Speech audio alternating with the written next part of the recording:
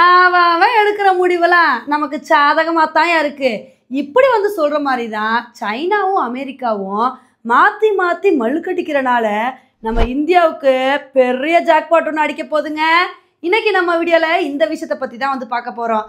நம்ம எல்லாத்துக்கும் தெரியும், அமெரிக்க அதிபர் ட்ரம்ப் அதிபராக வந்ததான் வந்தார். அதுக்கப்புறம் டேரிஃப் அப்படின்ற ஒத்த வார்த்தையை வச்சு எல்லா நாடுகளையும் தெருக்கி விட்டுட்டு வந்துட்டு இருக்காருங்க.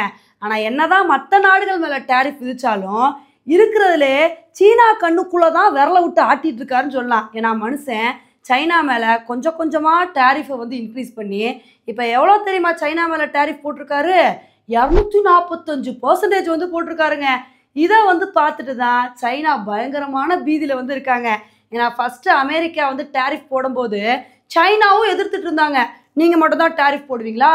நீங்கள் எங்கள் மேலே டேரிஃப் போட்டிங்கன்னா நாங்கள் உங்களோட விமானத்தை வாங்க மாட்டோம், நாங்களும் உங்களுக்கு எதிர்ப்பு பதிவு பண்ணுவோம் அப்படின்னு பலவிதமான விஷயங்களை வந்து பண்ணாங்க. ஆனால் இப்போ சைனாவுக்கு புரிஞ்சு போச்சுங்க, என்னதான் நம்ம வந்து பதில் நடவடிக்கை எடுத்தாலும் ட்ரம்ப் நம்ம மேலே டேரிஃப் போடாமல் இருக்க போகிறதில்ல, எப்படியும் டேரிஃப் போட தான் போகிறாரு, அதனால் நம்ம அமைதியாகவே இருந்துக்குவோம் அப்படின்னு சொல்லிட்டு இப்போ சைனா பயங்கரமாக சைலண்ட் ஆகிட்டாங்க. ஆனால் நீங்கள் சைலண்ட் ஆனாலும் நான் விடமாட்டேன் அப்படின்னு சொல்லி ட்ரம்ப் வந்து மாற்றி மாற்றி டேரிஃபை இன்க்ரீஸ் பண்ணிகிட்டே தான் வந்து போகிறாரு. இதுலேயே ஒரு சில பேர் என்ன சொல்கிறாங்கன்னா, இது என்னையா டேரிஃபு, இப்போ 245% தானே வந்து போட்டிருக்காரு. ட்ரம்ப் சைனா மேலே 400% வரைக்கும் டேரிஃப் போட போகிறாரா அப்படின்னு சொல்லிட்டு ஒரு சில பேர் குண்டை தூக்கி போட்டுட்டு வந்துட்டு இருக்காங்க. ஆனால் உண்மையிலே எல்லாரும் சொல்கிற மாதிரி ட்ரம்ப் 400% டேரிஃப் மட்டும் சைனா மேலே போட்டாருன்னு வச்சுக்கோங்களேன், சைனானால ஒன்றுமே பண்ண முடியாதுங்க. இப்போ ஆல்ரெடி 245% டேரிஃப்னாலேயே சைனா ரொம்ப கஷ்டப்படுவாங்க. இப்போ இவ்வளோ டேரிஃப் போட்டனால சைனாவுக்கு என்ன ஆகும் அப்படின்னா, இப்போ சைனா வந்து அமெரிக்காவுக்கு நிறைய பொருட்களை வந்து ஏற்றுமதி பண்ணுறாங்கன்னு வச்சுக்கோங்களேன், அவங்க நார்மலாக 100 ரூபாய்க்கு விற்கிற பொருளை அமெரிக்காவில் 345 ரூபாய்க்கு விற்க தான் வந்து முடியும். 345 ரூபாய்க்கு விற்றா அங்கே உள்ள மக்கள் வாங்குவாங்களா? நிறைய பேர் சீன பொருட்களை வாங்குறாங்கன்னா அதுக்கான காரணம் என்ன? சைனீஸ் ப்ராடக்ட்ஸ் சீப்பாக இருக்கும்ப்பா, கம்மியான விலையில் இருக்கும், அதனால் அதை வாங்குகிறோம் அப்படின்னு தான் வந்து வாங்குவாங்க. ஆனால் அப்பேற்பட்ட சைனீஸ் ப்ராடக்ட்ஸு காஸ்ட்லியாக இருந்துச்சுன்னா யாராவது வாங்குவாங்களா? அதுக்கு பேசாமல் அமெரிக்கர்கள் என்ன பண்ணுவாங்க, சைனீஸ் ப்ராடக்ட்ஸை வாங்குறதுக்கு நாங்கள் எங்கள் நாட்டு பொருளே வாங்கிட்டு போயிடுவோம் அப்படின்னு சொல்லி அமெரிக்கன் ப்ராடக்ட்ஸை வந்து வாங்க ஆரம்பிச்சிருவாங்க. இது வந்து சீனாவுக்கு ஒரு பெரிய பின்னடைவை வந்து ஏற்படுத்துங்க.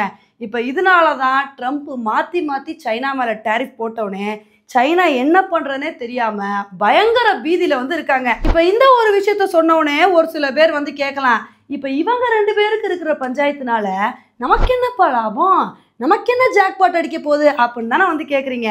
இப்போ ட்ரம்ப்பு சைனா மேலே மாற்றி மாற்றி டேரிஃப் போட்டுகிட்டே இருக்காருன்னு வச்சுக்கோங்களேன், சைனாவில் உள்ள கம்பெனிஸ் என்ன நினைப்பாங்க, எப்பா இப்படியே டேரிஃப் போட்டுட்டு இருந்தா நம்மளால் ஒன்றும் பண்ண முடியாது, அதனால் பேசாமல் இங்கே இருக்க கம்பெனிஸை வேறு ஏதாவது நாட்டுக்கு வந்து ஷிஃப்ட் பண்ணிடலாம், அப்போ தான் வந்து நம்மளால் தப்பிக்க முடியும் அப்படின்னு சொல்லி சீனாவில் உள்ள நிறைய மேனுஃபேக்சரிங் கம்பெனிஸ் வந்து மற்ற ஏதாவது ஒரு நாடுக்கு வந்து ஷிஃப்ட் ஆக வாய்ப்பு இருக்குங்க. அந்த மாதிரி அங்கே உள்ள கம்பெனிஸ் வந்து ஷிஃப்ட் ஆகணும்னு நினைக்கிறாங்க அப்படின்னா சைனாவுக்கு ப்ராப்பர் ரீப்ளேஸ்மெண்ட்டாக இந்தியா தாங்க வந்து இருக்கும். இதுக்கு ஒரு சில பேர் கேட்கலாம், ஏங்க சைனாவில் உள்ள கம்பெனிஸு இந்தியாவுக்கு ஷிஃப்ட் ஆகிறதுக்கு பேசாமல் அமெரிக்காவுக்கு கூட ஷிஃப்ட் ஆகிடலாம்ல, ஏன் இந்தியாவுக்கு தான் ஷிஃப்ட் ஆகணுமா அப்படின்னு நீங்கள் கேட்கலாம். இப்போ அந்த கம்பெனிஸ் அமெரிக்காலாம் வந்து ஷிஃப்ட் ஆகிறாங்கன்னு வச்சுக்கோங்களேன், அவ்வளோ கம்மியான விலையில் அவங்களால வந்து ப்ராடக்ட் வந்து கொடுக்க முடியாதுங்க. இப்போ ஒரு ஐஃபோன் வந்து அமெரிக்காவில் மேனுஃபேக்சர் பண்ணுறாங்க அப்படின்னா நார்மலாக நம்ம 1 லட்ச ரூபாய்க்கு வாங்குகிற ஐஃபோன் வந்து 3 லட்ச ரூபாய்க்கு வாங்குற மாதிரி வந்து ஆயிரும். ஏன்னா அங்கே ப்ரொடக்ஷன் காஸ்ட் வந்து ரொம்ப அதிகமாகும். இதே நம்ம இந்தியாவில் வந்து ஒரு ஐஃபோனை மேனுஃபேக்சர் பண்ணுறோன்னு வச்சுக்கோங்களேன், சைனா எப்படி வந்து எல்லா பொருட்களையும் சீப்பாக வந்து கொடுக்குறாங்களோ அதே மாதிரி நம்மனாலையும் ஒவ்வொரு பொருளையும் வந்து சீப்பாக வந்து கொடுக்க முடியும்.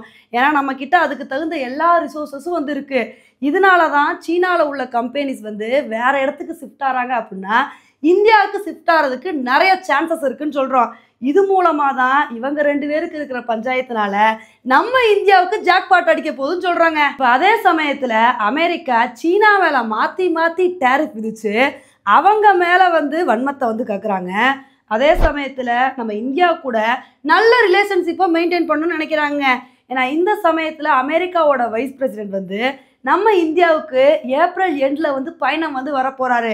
இந்த ஒரு பயணத்துல இந்தியா அமெரிக்க உறவுகளை வந்து அடுத்த கட்டத்துக்கு கொண்டு போகணும், ட்ரேட் டீல் சம்பந்தமான டிஸ்கஷன்ஸ் வந்து பண்ணணும் அப்படின்னு இது மாதிரி 2 நாடுகளும் வந்து பிளான் பண்ணியிருக்காங்களாம். அப்போ இதுலேருந்து என்ன தெரியுது, அமெரிக்கா வந்து என்ன உணர்த்துறாங்க, எங்களுக்கு சீனா தான்ப்பா எதிரி, மற்றபடி எங்களுக்கு இந்தியானா நண்பன் தான், இந்தியா கூட நாங்கள் நல்ல ரிலேஷன்ஷிப்பை மெயின்டைன் பண்ணுவோம் அப்படின்றத சொல்லாமல் வந்து சொல்கிறாங்க. இப்போ இதுக்கப்புறமாவது வந்து சீனா என்ன பண்ணும் அப்படின்னா, இப்போ ஃபஸ்ட்டு அமெரிக்கா இந்தியா மேலே டாரிஃப் எக்கச்சக்கமாக விதிப்போம் அப்படிலாம் வந்து பூச்சாட்டி காட்டினாங்க. ஆனால் அந்த விஷயத்த எப்படி காய் நகர்த்தணுமோ இந்தியா கரெக்டாக காய் நகர்த்தி அந்த பிரச்சனையை வந்து சால்வ் பண்ணிட்டாங்க. இப்போ அதே மாதிரி ஒரு விஷயத்த சீனா பண்ணால் பரவாயில்ல, ஆனால் சீனா அப்படி பண்ணுவாங்களா, நீ ஒரு அடி அடித்தா நான் 2 அடி அடிப்பேன், நீ என் மேலே டாரிஃப் விதிச்சேன்னா நானும் உனக்கு பதிலடி கொடுப்பேன் அப்படின்னு சைனா வந்து கொஞ்சம் ஃபோர்ஸாக வந்து இறங்குவாங்க. இதனால வந்து ட்ரம்ப்பும் டென்ஷன் ஆகி மாற்றி மாற்றி எக்கச்சக்கமாக வந்து டேரிஃபை வந்து போட்டுருவார். அதனால் சைனா வந்து இந்த விஷயத்தை எப்படி ஹேண்டில் பண்ணணுமோ கரெக்டாக ஹேண்டில் பண்ணி டேரிஃபை குறைச்சா பரவாயில்லைங்க. அதை விட்டுட்டு அசால்ட்டாக விட்டாங்கன்னு வச்சுக்கோங்களேன், சைனாவுக்கு ரொம்ப சிரமமாக போயிடும். ஓகே ஃப்ரெண்ட்ஸ், இந்த ஒரு விஷயத்தை பற்றி நீங்கள் என்ன நினைக்கிறீங்க அப்படின்றத என்னோட கமெண்ட் செக்ஷனில் வந்து போடுங்க. இதே மாதிரி இன்னொரு வீடியோவில் வந்து மீட் பண்ணுறேன். Bye friends.